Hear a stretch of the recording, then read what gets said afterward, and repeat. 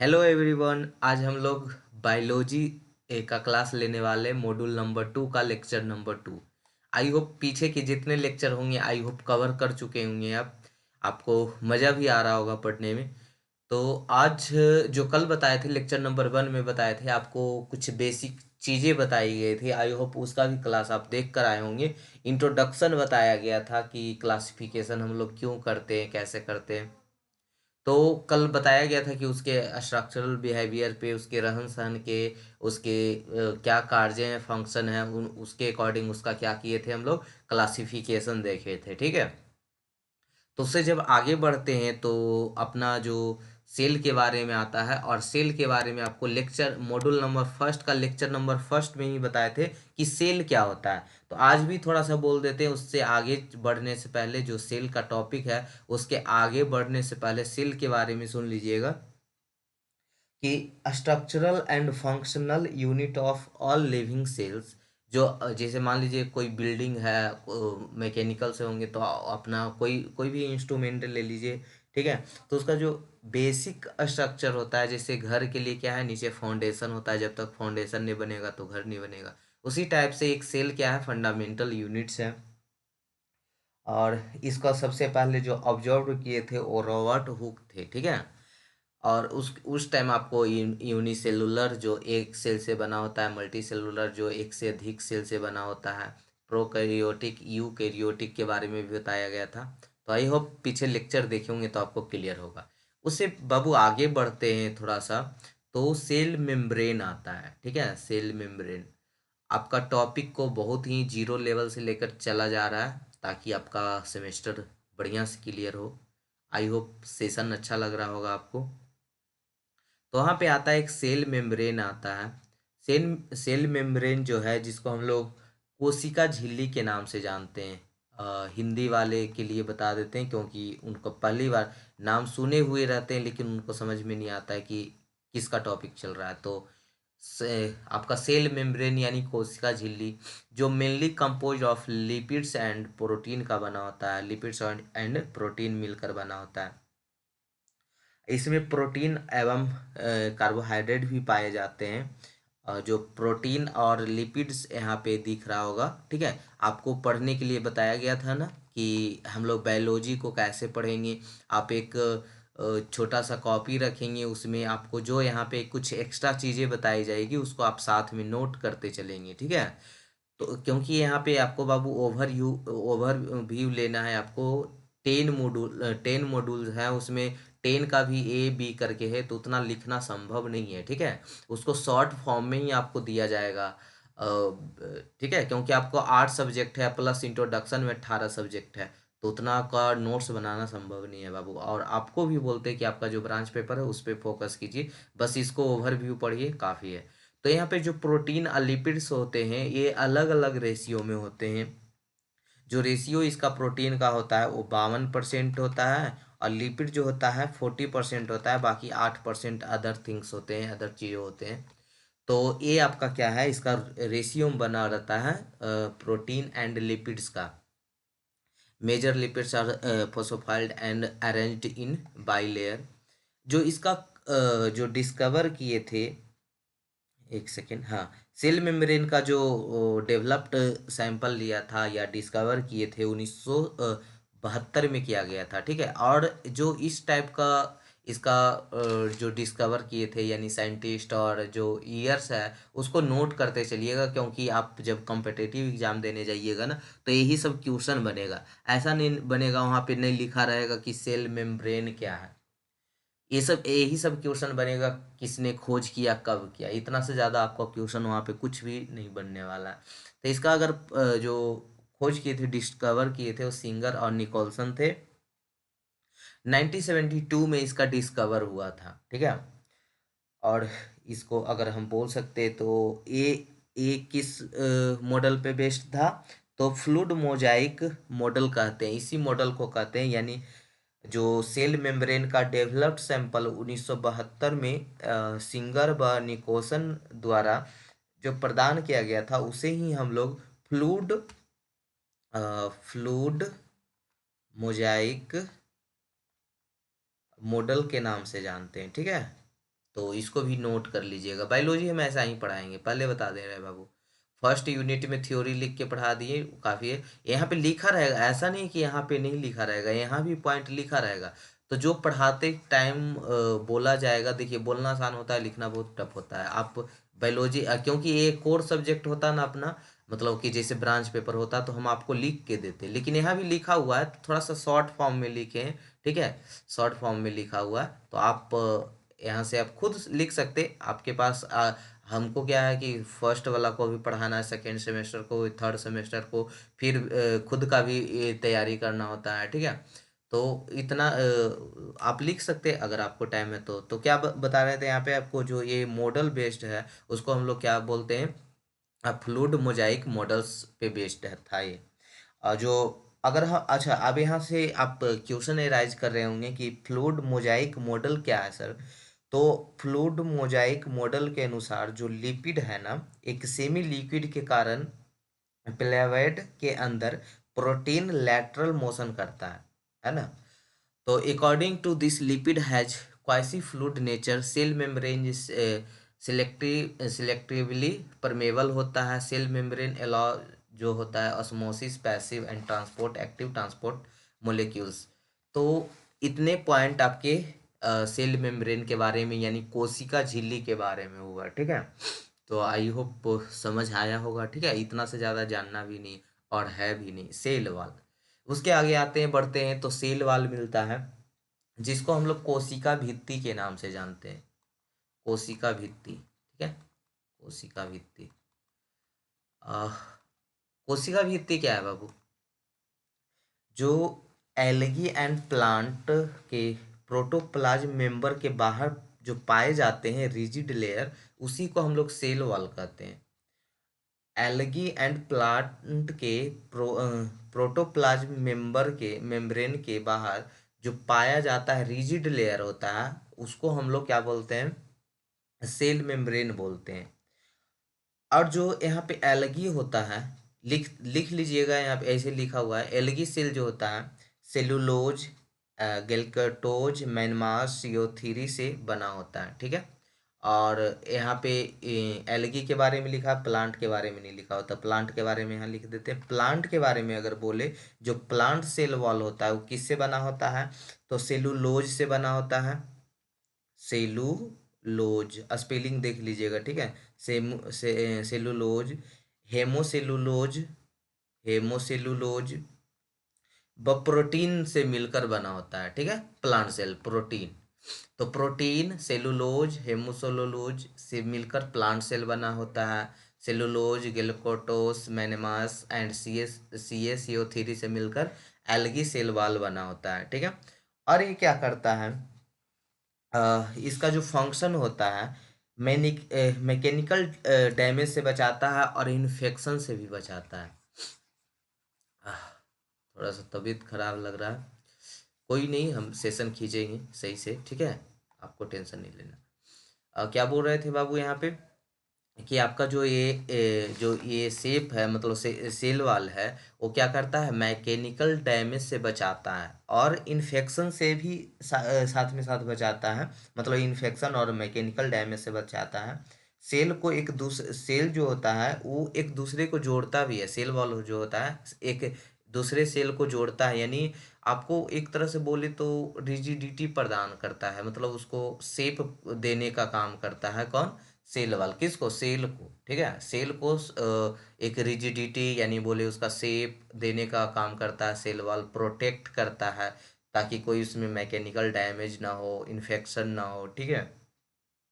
तो ये cell wall का काम है। और एक बोले तो प्राइमरी सेल को डेवलप करने में भी काम करता है, मतलब उसको the cell wall young cell is capable growth called primary cell, primary wall, ठीक है। Non living structure form an outer covering for the plasma membrane. ये नॉन लिविंग थिंग्स में भी होते हैं, जो होते हैं आउटर कवरिंग, यानी जो बाहरी आवरण होता है उसी को तो हम लोग सेल वॉल बोलते हैं, ठीक है। और ये साइटोप्लाज्म को भी जोड़ने का काम करता है। साइटोप्लाज्म, साइटोप्लाज्म का हिंदी कोशिका द्रव्य, ठीक है। साइटोप्लाज्म को भी जोड़ने का काम करता है। तो साइटोप्लाज्मा हिंदी नहीं पता बाबू, कोशिका द्रव या जीव द्रव ऐसी करके होता है, कोशिकीय द्रव होगा, ठीक है। तो ये आपका क्या है, सेल वाल है। उसके बाद आते हैं, तो यहाँ पे आपका मिलता है इंडो मेम्ब्रेन सिस्टम। तो इंडो मेम्ब्रेन सिस्टम जो होता है वो इंडोप्लाज्मिक रेटिकुलम, गो, गो, गोल्जी कम्प्लेक्स, लाइसोसोम, वैक्यूल्स से मिलकर बने होते हैं, ठीक है, वैक्यूल्स से मिलकर बने होते हैं। तो 4 टॉपिक है इंडो मेम्ब्रेन में पढ़ने का। तो फर्स्ट टॉपिक में आते हैं, तो इंडोप्लाज्मिक रेटिकुलम है, जिसको हम लोग ER शॉर्ट नेम, यानी जनरली सब इसे इसी नाम से बुलाते हैं, इंडोप्लाज्मिक रेटिकुलम यानी ER, ठीक है। जो इंडोप्लाज्मिक रेटिकुलम होता है, 2 टाइप का होता है यहाँ पे।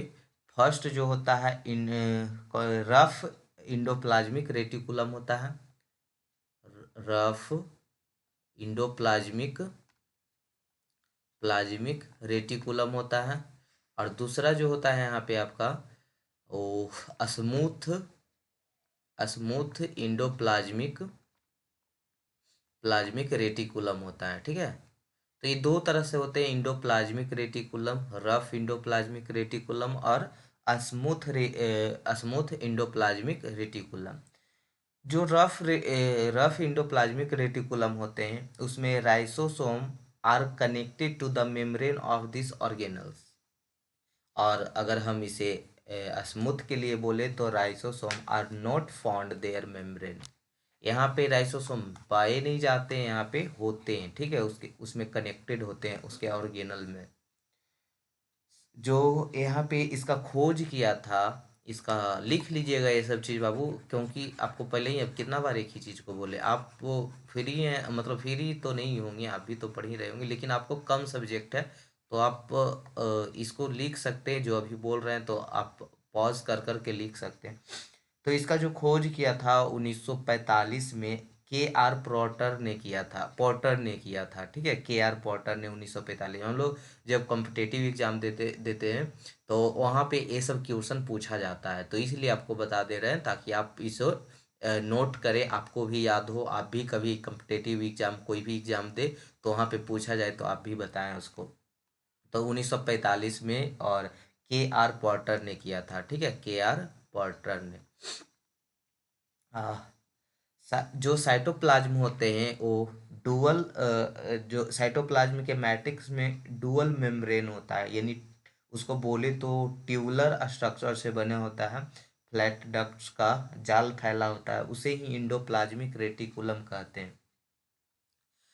यानी एक जाल नेटवर्क की तरह होता है, ठीक है। फिर से बोलते हैं, ध्यान से सुनिएगा, इसका अगर हम ऐसा ही डिफिनीशन बोलना चाहे तो ऐसा आप बोल सकते, कोई भी पूछे कि इंडोप्लाज्मिक रेटिकुलम क्या है, तो साइटोप्लाज्म के मैट्रिक, अब जिनको हिंदी अगर देखिए, जो हिंदी रहता है हम खुद बता देते हैं, इंडोप्लाज्मिक का हिंदी तो नहीं पता, देख लीजिएगा थोड़ा सा।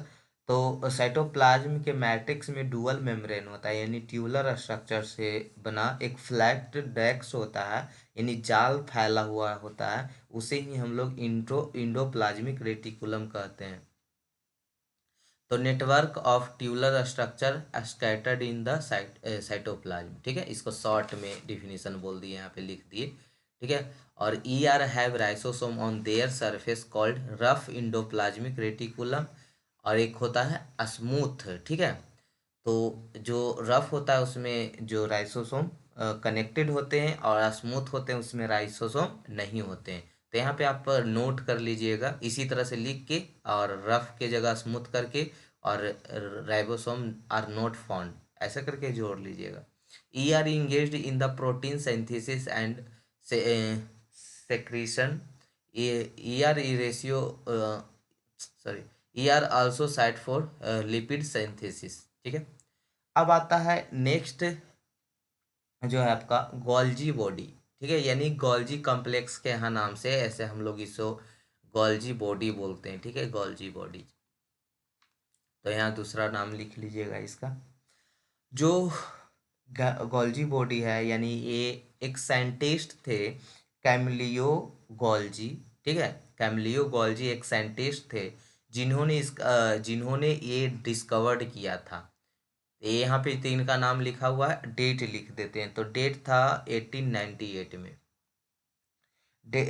और जानते हैं इसका इंटरेस्टेड कहानी एक, उल्लू, देखें आप लोग, उल्लू के सर प्रथम ये जो अपना एक्सपेरिमेंट किए थे उल्लू पे किए थे, और उल्लू के तंत्रिका कोशिका में किया था, ठीक है, 1898 में, कैमलियो गोल्जी। इसको हम लोग गोल्जी बॉडी को, यहाँ तो देखिए कॉम्प्लेक्स के नाम लिखा है और बहुत सारे नाम है, आप नोट कर लेंगे इसे।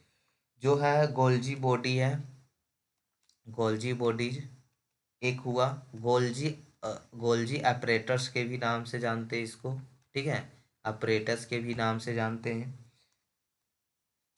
गे, गेल्कियोसाइस गोल्जी साइसोम, गोल्जियोसोम, अरे यहाँ तो नाम भी ऐसा रहता है ना, डिक्टोसोम, ठीक है, डिक्टोसोम के नाम से जानते हैं, गोल्जियोसोम के नाम से जानते हैं, गोल्जियो ऑपरेटर्स के नाम से जानते हैं, गोल्जियो बॉडीज के नाम से जानते हैं।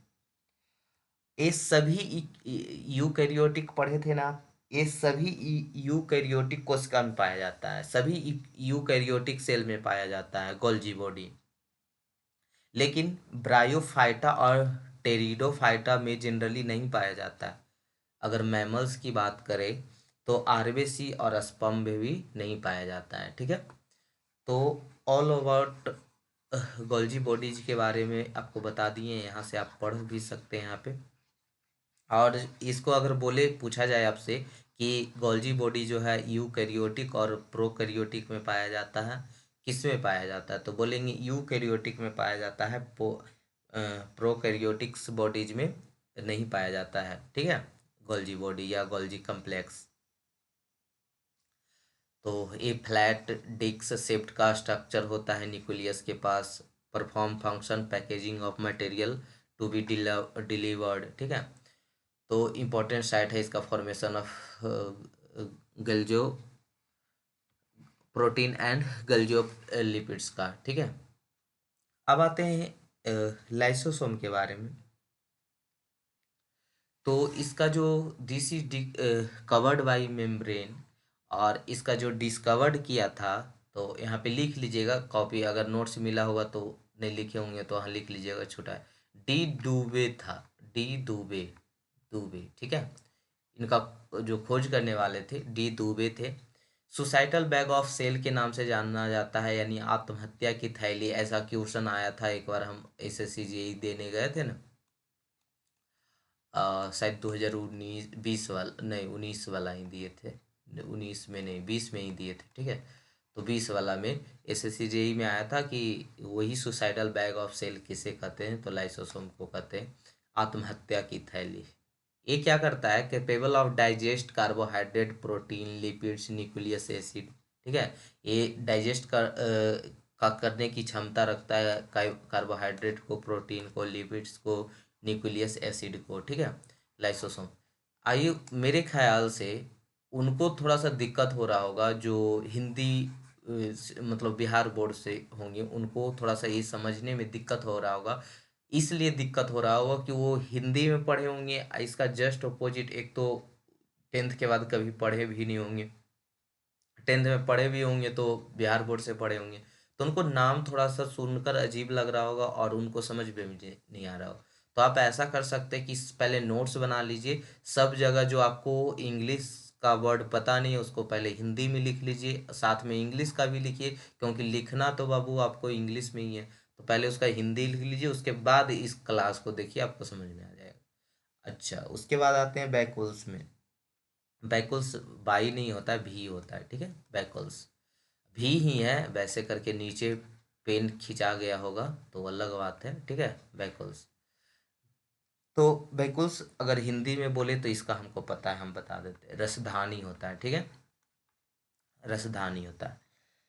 तो प्लांट सेल के साइटोप्लाज्म में अनेक खाली स्थान होते हैं, जिन्हें ही बैकुल्स कहते हैं।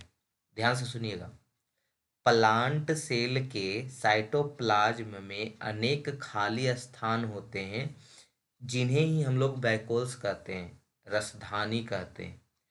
अगर खाली स्थान बोल रहे हैं तो वहाँ पे खाली स्थान नहीं होता है, लेकिन उसमें जल भरा रहता है, सैप भरा रहता है, ठीक है। और वैक्यूल्स के चारों ओर एक मेम्ब्रेन होता है जिसे ही हम लोग टोनोप्लास्ट के नाम से जानते हैं।